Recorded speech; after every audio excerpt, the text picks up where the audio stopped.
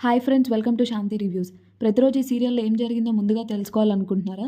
అయితే తప్పకుండా మన ఛానల్ని సబ్స్క్రైబ్ చేసి పక్కనే ఉన్న బెల్ ఐకాన్ని క్లిక్ చేయండి.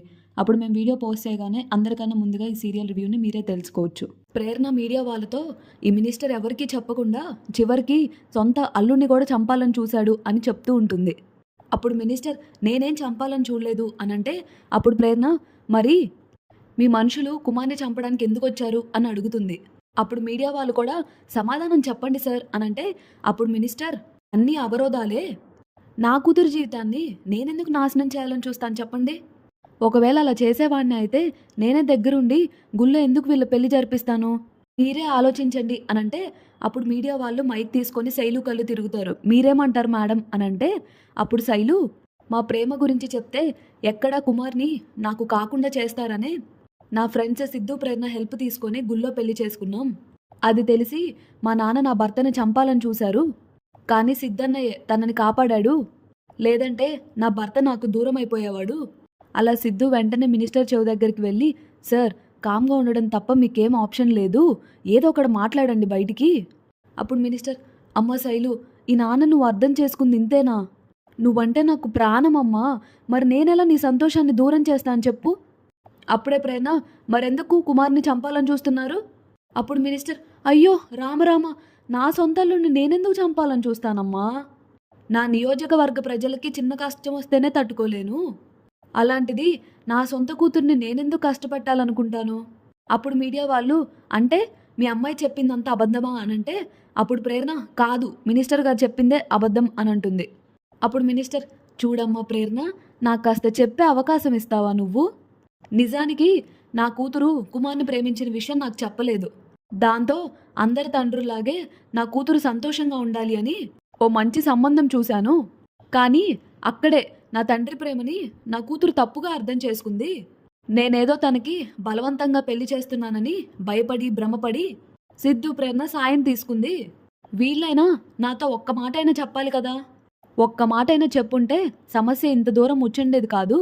నా కూతురు మీద ప్రేమతో ఒక తండ్రిగా నాకు చెప్పకుండా పెళ్లి చేసుకున్నందుకు ఒక మాట అన్నానంతే, దానికి నేనేదో చేస్తానని ఊహించేసుకున్నారు, కానీ నిజానికి నా అల్లుడిని పిలిపించి అందరి ముందు క్షమాపణ చెప్పాలి అనుకున్నాను, కానీ ఈ సిద్ధు ప్రేరణలు తొందరపడి నన్ను ఇలా దోషిగా నిలబెట్టేశారు. అప్పుడు ప్రేరణ మీ అందరి ముందు ఇలా అంటున్నారు, కానీ మీరెవ్వరు లేకపోయింటే నిజానికి ఆయన అనుకున్నదే చేసేవాళ్ళు అని అంటుంది. రేపైనా వాళ్ళకి ఏదో ఒక ఆటంకం చేసి తీరుతారు, మినిస్టర్ గారి నుంచి మా వాళ్ళకి ప్రాణహాని ఉంది, ఇదే నిజం. అప్పుడు శైలు కూడా అవును, మా నాన్న నుంచి మాకు ప్రాణహాని ఉంది అని చెప్తుంది. అప్పుడు మినిస్టర్ అమ్మ శైలు, వీళ్ళకంటే నేనేంటో తెలీదు, నా గురించి నా ప్రేమ గురించి చిన్నప్పటి నుంచి అంతా చూసి నువ్వే అలా మాట్లాడితే ఎలా తల్లి? అప్పుడు సిద్ధు సార్ మరి అలా అయితే మీ మనసులో ఏముందో చెప్పండి సార్. అప్పుడు మినిస్టర్ నా కూతురికి కానీ నా అల్లుడికి కానీ నా నుంచి ఎటువంటి ప్రాణహాని ఉండదని మీడియా సమక్షంలో అందరికీ చెప్తున్నాను, నన్ను నమ్మండి అని అంటూ ఉంటే అప్పుడే ప్రేరణ సిద్ధు ఒకరినొకరు చూసుకొని నవ్వుకుంటూ ఉంటారు. అమ్మ శైలు, నేను మీ నాన్ననమ్మా, నీ సంతోషాన్ని తప్ప నీ బాధను నేను ఎలా కోరతాను చెప్పు. అప్పుడు కుమార్ అంటే మినిస్టర్ మావయ్య నన్నేం చేయవా ఇంకా అని అంటాడు.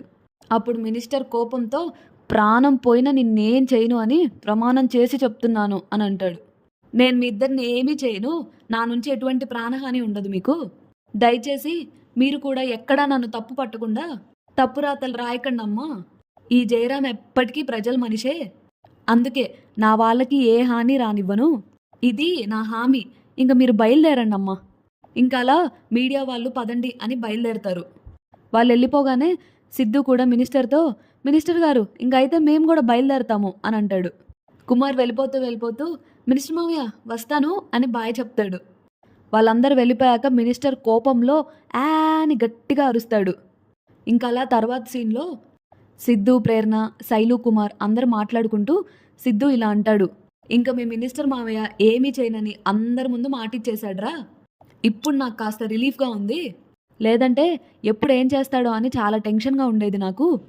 అప్పుడు కుమార్ సిద్ధుని అలానే చూస్తూ ఉంటే రే నేను ఇంత మంచి విషయం చెప్తే నువ్వేంట్రా ఫేస్ అలానే పెట్టావు అని అంటే అప్పుడు కుమార్ రే సిద్ధు అని సిద్ధుని హక్ చేసుకుంటాడు.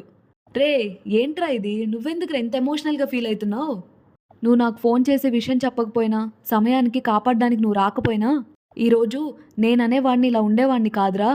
అవును సిద్ధు, కుమార్ ప్లేస్లో నువ్వెళ్ళావు కాబట్టి కుమార్ సేవ్ అయ్యాడు. లేదంటే కుమార్ నాకు దక్కేవాడే కాదు. శైలు, నువ్వు కూడా ఏంటమ్మా అని సిద్ధు అంటే, అప్పుడు కుమార్, అవును సిద్ధు, ఎవరైనా ఫ్రెండ్ కోసం సాయం మాత్రమే చేస్తారా, కానీ ప్రాణం కూడా ఇచ్చే నీలాంటి వాళ్ళు చాలా అరుదుగా ఉంటారా. నువ్వు నా ఫ్రెండ్ కావడం నా అదృష్టం రా. ఈరోజు నీ ప్రాణాలకి తెగించకపోయుంటే ఈరోజు అసలు నేను ప్రాణాలతోనే ఉండేవాడిని కాదు. అందుకు నీకు నేనేమిచ్చి రుణం తీర్చుకోవాలరా. మమ్మల్ని ఒకటి చేసి జీవితాంతం సంతోషంగా ఉండేలా చేస్తానని చెప్పావు అన్నయ్య. నువ్వు ఇచ్చిన మాట నిలబెట్టుకోవడం కోసం నీ ప్రాణాలు కూడా ఇవ్వడానికి సిద్ధపడ్డావు. అయినా నువ్వేం భయపడకుండా మాకేం కాకూడదని మా నాన్న చేత మాట కూడా ఇప్పించేలా చేశావు. ఇంత చేసి నీకు ఉట్టి థ్యాంక్స్ చెప్తే సరిపోదు. ఇంకలా శైలు చేతులు జోడించి నా భర్తని, నా ఐదోతనాన్ని కాపాడిన నీకు జీవితాంతం రుణపడుంటాను అనంటే, అప్పుడు సిద్ధు, అరే ఏంటమ్మా ఇది. అప్పుడు కుమార్, అవునరా, తనే కాదురా, నీకు కూడా నేను జీవితాంతం రుణపడుంటాను అని కుమార్ కూడా చేతులు జోడించి నమస్కరిస్తాడు. రే, నీకేమన్నా మతిపోయిందా? నేను చేసిన చిన్న సహాయానికి ఏదో గొప్పవాణ్ణి చేసేసి దండాలు అంటూ ఏదేదో మాట్లాడుతున్నారు ఎందుకురా? కుమార్, నీకొకటి చెప్తున్నాను, గుర్తుపెట్టుకో. నేను నా అనుకున్న వాళ్ళలో నువ్వు కూడా ఉన్నావు. మరి నేను ఎలారా నిన్ను వదిలేస్తాను? అరే, నువ్వు సంతోషంగా ఉండాలనే కదా రిస్క్ చేసి మరీ శైలుకిచ్చి పెళ్లి చేశాను నేను. మరిప్పుడు ఆపదొచ్చిందని ఎలా చూస్తూ ఊరుకుంటాననుకున్నావు? ఫ్రెండ్ అంటే అవసరాలకే కాదురా, ఆపదలో కూడా తోడున్నవాడినే నిజమైన ఫ్రెండ్ అంటారు. ఇంకప్పుడు ప్రేరణ కూడా, సిద్ధు చెప్పింది అక్షరాల నిజం. మీకు మా చేతుల మీదుగా పెళ్లి చేశాం. మీకేం కాకుండా చూసుకోవాల్సిన బాధ్యత కూడా మాదే. అందుకే ఎంతటి రిస్క్ చేయడానికైనా మేమెప్పటికీ వెనకాడం. ఇక మీ ఇద్దరు హ్యాపీగా ఉండండి అనంటే, అప్పుడే సిద్ధు, అవును ప్రేరణ, కుమార్ ప్రమాదంలో ఉన్నాడని నేను నీకేం చెప్పలేదు కదా, మరి నువ్వెలా మీడియా వాళ్ళని తీసుకొని వచ్చావు? అప్పుడు శైలు, నేను చెప్పాను సిద్ధన్నయ్య, కుమార్ బదులు నువ్వు ప్రమాదంలో ఉన్నావని తెలియగానే నాకేం చేయాలో తెలియలేదు. వెంటనే ప్రేరణకి ఫోన్ చేసి విషయం చెప్పాను. తనే మీడియాని మమ్మల్ని ఇక్కడికి తీసుకొని వచ్చింది. అప్పుడు కుమార్ కూడా, ఈ విషయంలో నువ్వెంత రిస్క్ చేశావో తను కూడా అంతే రిస్క్ చేసిందిరా. ఓ రకంగా చెప్పాలంటే మా మినిస్టర్ మా తిక్క కుదిరించిందనుకో. అప్పుడు కుమార్, నువ్వు ఒక్కదానివే ఇలాంటి రిస్కులు తీసుకోవడం అవసరమా అని అంటాడు. అప్పుడు ప్రేరణ సిద్ధుతోటి, హలో మాస్టారు, నాకంటే మీరే ఎక్కువ రిస్క్ చేశారు. ఆ మాటకొస్తే రావడం కాస్త ఆలస్యమైనా తమరి ప్రాణాలకే ప్రమాదం ఉండేది తెలుసా. నిన్ను కాపాడుకోవడానికి ఒక ఫ్రెండ్లా ఇలా చేయక తప్పలేదు. అయినా నువ్వే అంటావు కదా, ఫ్రెండ్ అనేవాడు సంతోషంలోనే కాదు ఆపదలో కూడా తోడుండాలి అని. ఇప్పుడు నేను అదే చేశాను కదా. మరి నన్ను కాపాడడానికి మీడియాని ఎందుకు తీసుకురావాల్సి వచ్చింది? మినిస్టర్ గారికి మనం చెప్పకుండా వీళ్ళ పెళ్లి గుళ్ళో చేసినప్పుడే ఆయనకి పీకల్లాగా కోపం వచ్చింది. అయినా తనేం చేయలేదు, ఎందుకంటే గుళ్ళో ఆ టైంలో మీడియా ఉంది కాబట్టి. సో అదే మీడియాని తీసుకొని వస్తే ఆయన ఇంకా ఫ్యూచర్లో కూడా వీళ్ళ జోలికి రాకుండా మనల్ని ఏం చేయకుండా ఉండాలి అంటే వాళ్ళని ఇక్కడికి తీసుకొచ్చాను అనంటే, అప్పుడు కుమార్, నువ్వు చేసిన ఈ పని వల్ల దెబ్బకి మా మినిస్టర్ మా తిక్క కుదిరింది ప్రేరణ, ఇక చచ్చినా మా జోలికి రాడు. సరే పదండి వెళ్దాం అని ఇంకక్కడి నుంచి వెళ్ళిపోతుంటే అప్పుడే కుమార్ సిద్ధు చేపట్టుకొని, రే రే రే సిద్ధు, ఆగు నువ్వు ఒక నిమిషం అని అంటాడు. రే, నువ్వు నా అనుకున్న వాళ్ళ కోసం ఏదైనా చేస్తావు, అది బానే ఉంది. మరి ప్రేరణ కూడా నీకోసం ఇంత చేసిందంటే నిన్ను తను తనవాడు అనుకుంటుందా?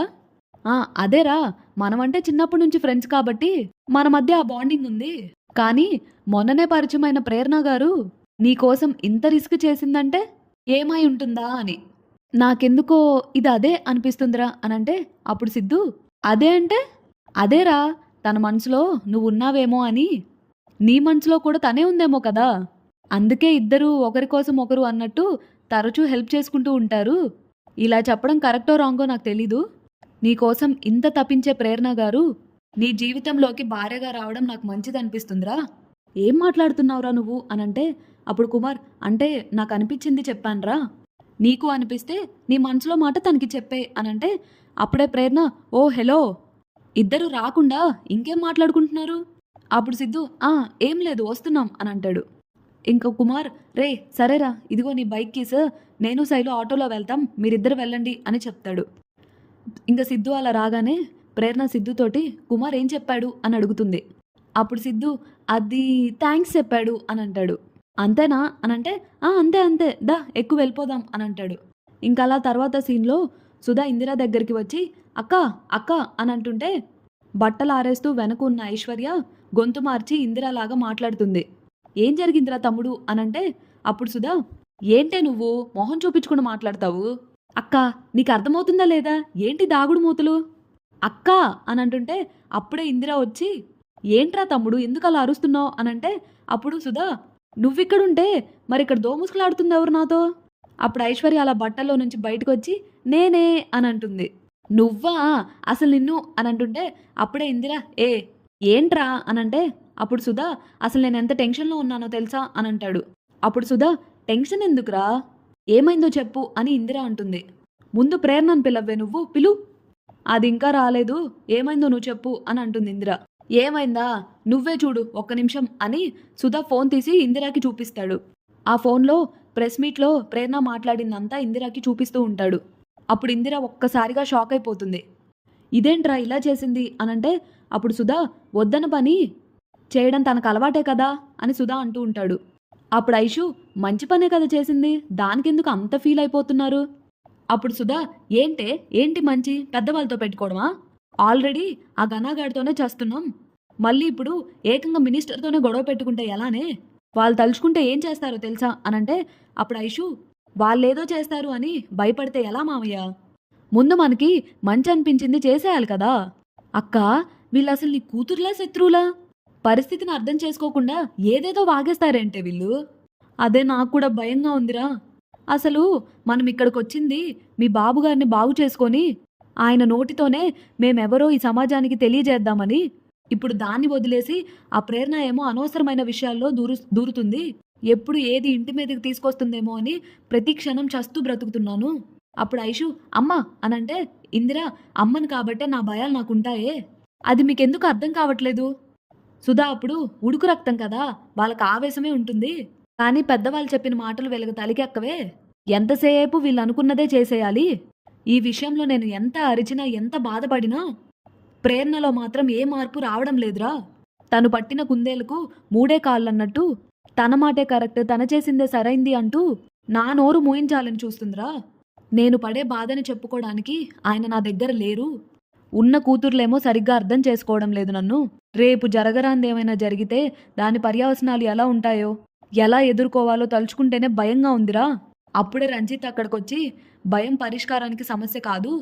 అప్పుడు ఐషు అది అలా చెప్పండి మా అమ్మకి, ప్రతి చిన్న సమస్యను కూడా భూతార్థంలో పెట్టి చూస్తుంది.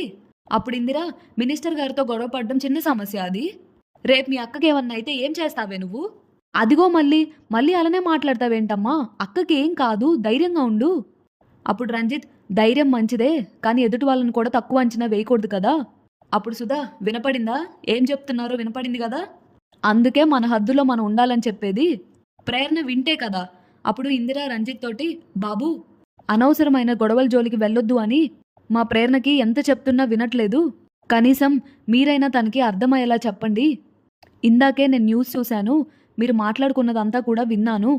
అప్పుడు ఐశ్వర్య మరి ఇంకేం జరిగిన దాంట్లో మా అక్క మంచే చేసిందని, చెడెక్కడ చేయలేదు కదా. అప్పుడు రంజిత్ మనకు మంచి అనిపించింది ఎదుటి వాళ్ళకి చెడు అనిపించవచ్చు, అలా అని ప్రేరణ ఈ విషయంలో తప్పు చేసిందని నేను అనట్లేదు. అప్పుడు ఐషు నేను అదే చెప్తున్నాను, ప్రేమించుకున్న వాళ్ళని కలిపారు, అది ఇష్టం లేని మినిస్టర్ కుమార్ని చంపాలని చూస్తే సిద్ధు గారు మా అక్కే కాపాడారు. మినిస్టర్ కూడా మీడియా ముందు తప్పు ఒప్పుకుందంటే మాట్లాడారు కదా, మరి ఇంకెందుకు టెన్షన్ అనంటే అప్పుడు ఇందిరా మనసులో చెడు చేయాలని ఉండి పైకి మాత్రం నవ్వుతూ ఉంటే ఏమీ లేనట్టేనా? అప్పుడు రంజిత్ తల్లిగా మీరు భయపడ్డంలో తప్పులేదు, అలా అని తను చేసే మంచి కోసం ప్రేరణ చేసే ప్రయత్నం కూడా తప్పు కాదు. పైగా వాళ్ళు చిన్నపిల్లలేం కాదు కదా, చేస్తుంది మంచో చెడో తెలిసినప్పుడు దాని పర్యవసనాలు ఎలా ఉంటాయో కూడా వాళ్ళకి తెలిసే ఉంటాయి. అలాంటప్పుడు భయం పేరుతో వాళ్ళ ధైర్యాన్ని నీరు కాచకూడదు. జీవితంలో ఏదైనా సాధించేటప్పుడు రిస్క్ చేస్తే మనసుకి తృప్తిగా ఉంటుంది. అందుకే పెద్దవాళ్ళుగా మీరు జాగ్రత్తలు చెప్పండి, వాళ్ళకి భయపడేలా చేయకండి. అప్పుడు ఇందిరా మనసులో నా భయం వల్ల ఈ గొడవల వల్ల నా కూతురికి ఏమవుతుందో అని, నా కూతురికి ఏమన్నా అయితే నేను తట్టుకోలేను అని మనసులో అనుకుంటూ ఉంటుంది. ఇంకా అలా తర్వాత సీన్లో ప్రేరణ సిద్ధు ఇద్దరు కాఫీ తాగుతూ ఉంటారు. అప్పుడే ప్రేరణ సిద్ధు చేసిందంతా గుర్తు తెచ్చుకుంటూ ఉంటుంది. నీకు చావంటే భయం లేదా సిద్ధు అనంటే, అప్పుడు సిద్ధు ఎందుకు అలా అడిగావు అనంటే, అప్పుడు ప్రేరణ ఏం లేదు, కుమార్ చావు బ్రతుకుల్లో ఉన్నాడంటే తనని కాపాడావు సరే, కానీ అదే ప్రమాదంలో నీ ప్రాణాలు పోతాయని తెలిసి ఎందుకు వెళ్ళావు, ఏ ధైర్యంతో వెళ్ళావు అనంటే, అప్పుడు సిద్ధు నాకు చావు రాదు అనే ధైర్యంతోనే వెళ్ళాను ప్రేరణ. అదే ఆ ధైర్యం ఏంటి, అప్పుడు సిద్ధు నువ్వే అని చెప్తాడు. అప్పుడు ప్రేరణ ఒక్కసారిగా షాక్ అయ్యి నేనా అనంటే, అప్పుడు సిద్ధు అవును ప్రేరణ, నా అనుకున్న వాళ్ళ కోసం నేను ఎలా ప్రాణాలకు తెగించి పోరాడతానో నువ్వు కూడా అలానే పోరాడతావు కదా, ఆ ధైర్యంతోనే కుమార్ని కాపాడడానికి వెళ్ళాను. మరి నేను రావడం కాస్త ఆలస్యం అయ్యుంటే ఏంటి నీ పరిస్థితి అనంటే, అప్పుడు సిద్ధు చచ్చిపోయేవాణ్ణి. అప్పుడు ప్రేరణ సిద్ధు అని అంటుంది.